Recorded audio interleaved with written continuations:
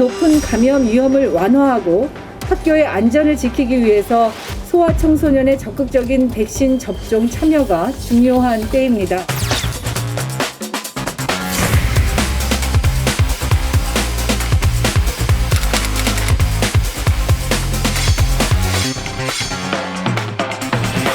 부당한 차별이라기보다는 공동체를 보호하기 위해서 우리 모두가 함께 지켜야 할 최소한의 약속이다.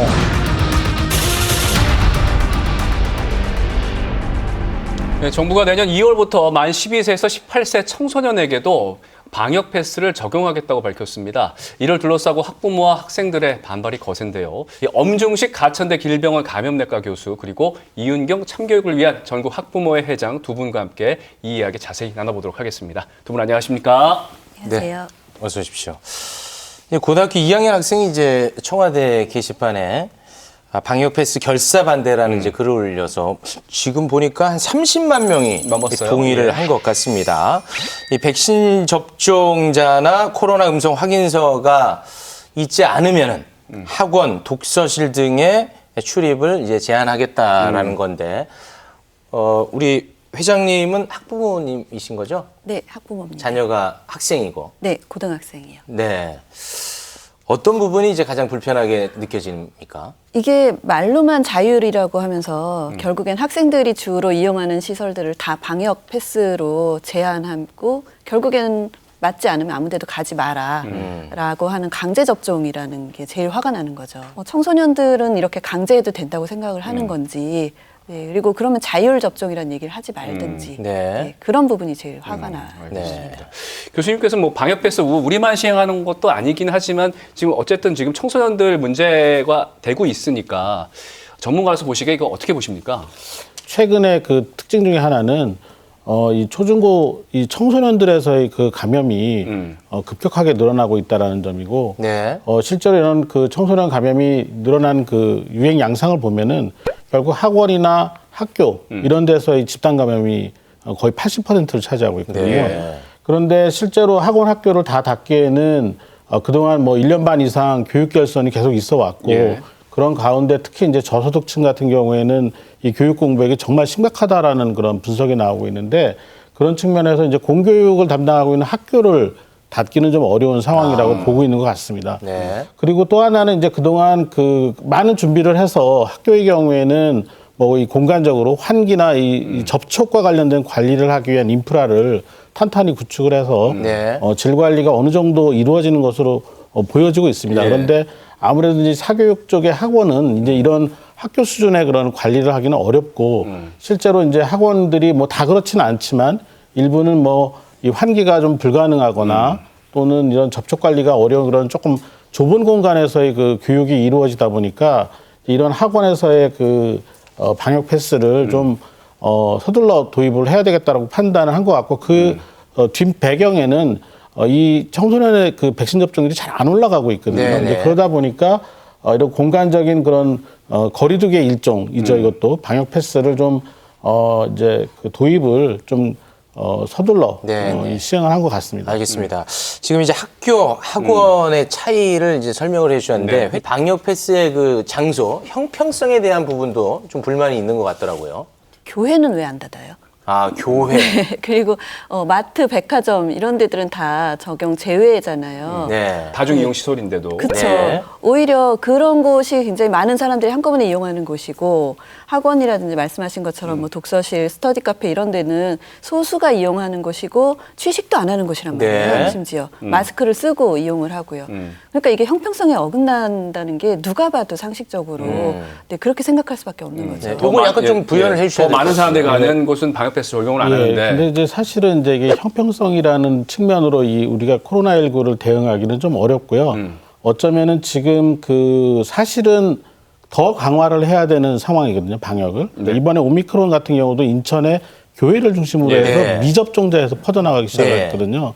그러니까 백신 접종과 이런 공간과 관련된 관리를 위한 백신 패스를 조금 더 적극적으로 도입하는 것이 바람직한 거지, 그쪽은 안 하는데 여기는 왜 하냐, 이거는 저는 조금 동의하기가 좀 어려운 부분입니다. 교수님 입장에서 더 확대해서 네, 방역 패스를 그렇습니다. 도입해야 된다.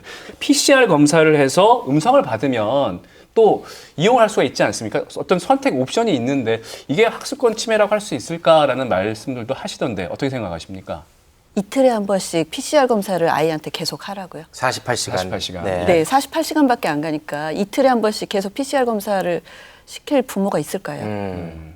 그거는 말이 안 되는 네. 거라고 생각해요. 현실적으로 그 쉽지 않은 문제다. 네. 11월 달에 우리가 단계적 일상회복을 시작하기 전에는 전체 감염자의 한 17% 정도가 10대 이하였습니다. 아. 그런데 지금 방역 완화를 시작한 이후, 단계적 일상회복을 시작한 이후에 10대 이하의 확진자가 아주 빠르게 증가를 하고 있는데 지금 뭐 11월 셋째 주 같은 경우는 18세 이하 확진자가 하루 평균 한 530명이었다가 네. 이번 달 첫째 주에는 지금 834명까지 올라갔고 전체 확진자의 지금 21 내지 22%를 차지하고 있는 상황인데 10대 확진자가. 예, 우리보다 방역 완화를 먼저 시작했던 영국이나 독일 이런 데를 보면은 결국은 이 10대 이하의 백신 미접종자를 중심으로 해서 전체 확진자의 60% 이상이 이 청소년인 그런 상황까지 지금 가고 있거든요. 결국 네. 독일에서는 결국 이 미접종자인 이 청소년들이 다 감염돼야지 이 유행이 끝날 것이다라는 자조적인 목소리가 나올 정도인데요.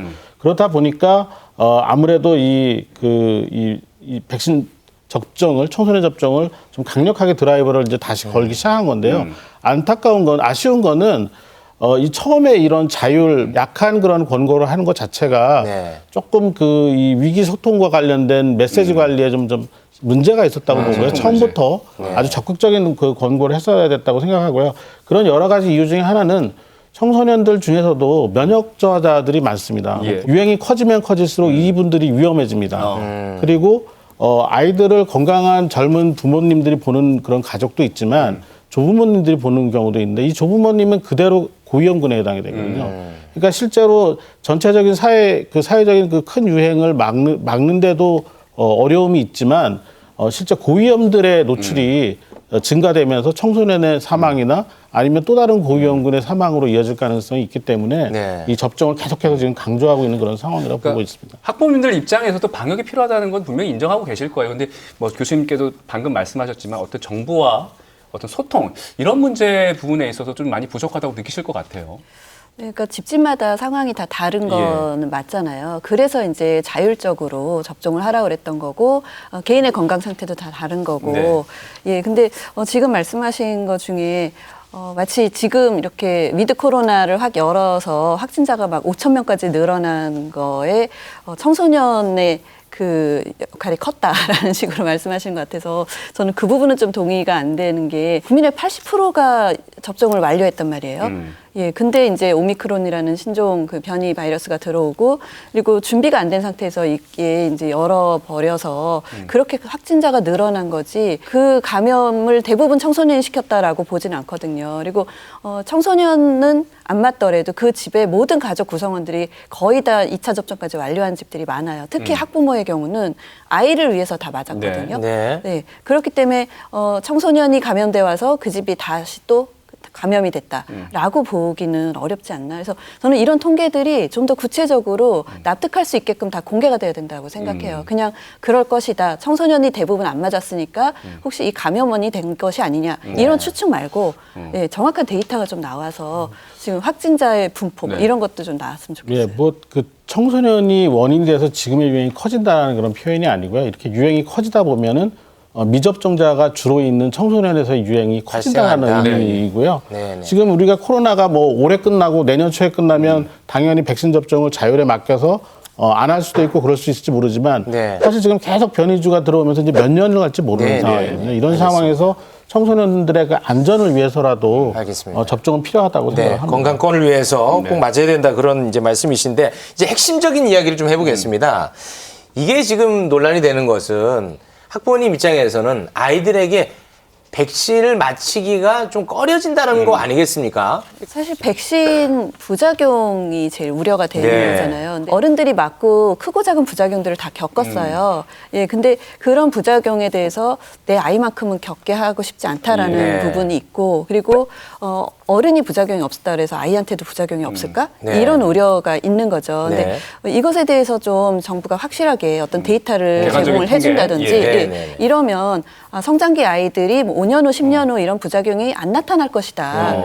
라는 그런 확신만 있으면 네. 뭐 그렇게 망설이지는 않겠죠. 근데 지금 그게 제일 걱정인 거예요. 성장기 아이들이라는 그러니까 뭐 거. 부작용이 적다고 하고 뭐 드물다고 하더라도 그게 내일이 되면 큰일처럼 느껴질 수 있는 부분이거든요. 네, 그렇죠. 이제 이 희귀한 부작용이라고 하더라도 발생하면 뭐 본인한테 100%라는 그럼요. 말에 동감은 하는데요. 네. 그렇지만 사실 이렇게 아주 희귀한 부작용 그리고 발생 건수가 낮은 부작용을 고려를 해야 된다면 네. 그러니까 사실 우리가 소아 기본 접종부터 하면 안 되죠. 그런 식으로 따지면. 근데 사실은 그런 우리가 이미 하고 있는 소아 기본 접종 같은 경우 사회적 합의를 한 거거든요. 네. 그리고 백신 접종과 관련돼서도 이게 이제 청소년들에 대한 접종이 본격화된 거는 이제 실제로 청소년에게 사용 승인이 되기 시작한 작년 말 올해 초부터의 이제 문제인데 결국은 이 일정한 임상 연구를 통해서 아주 오래된 장기간의 그런 합병증이나 이런 데 대한 연구는 충분하지 않은 건 사실이지만 그렇죠. 백신의 작용 기전이나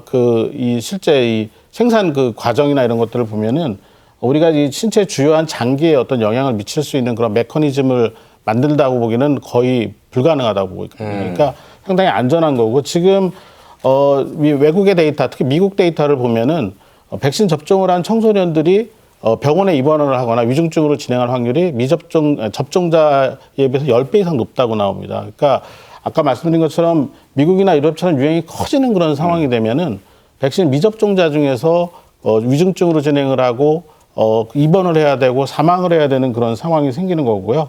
우리나라 같은 경우도 지금 접종자인 청소년에 비해서 미접종자인 청소년이 코로나19에 감염될 확률이 한 4.8배 정도 높은 걸로 질병관리청은 보고를 하고 있습니다.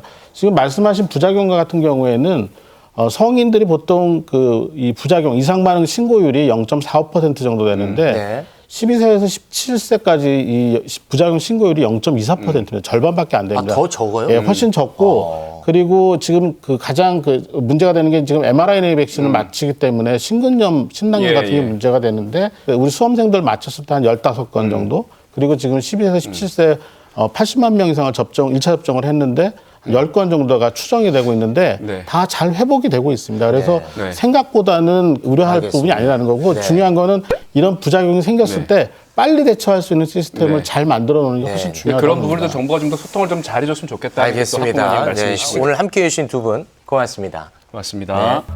Stay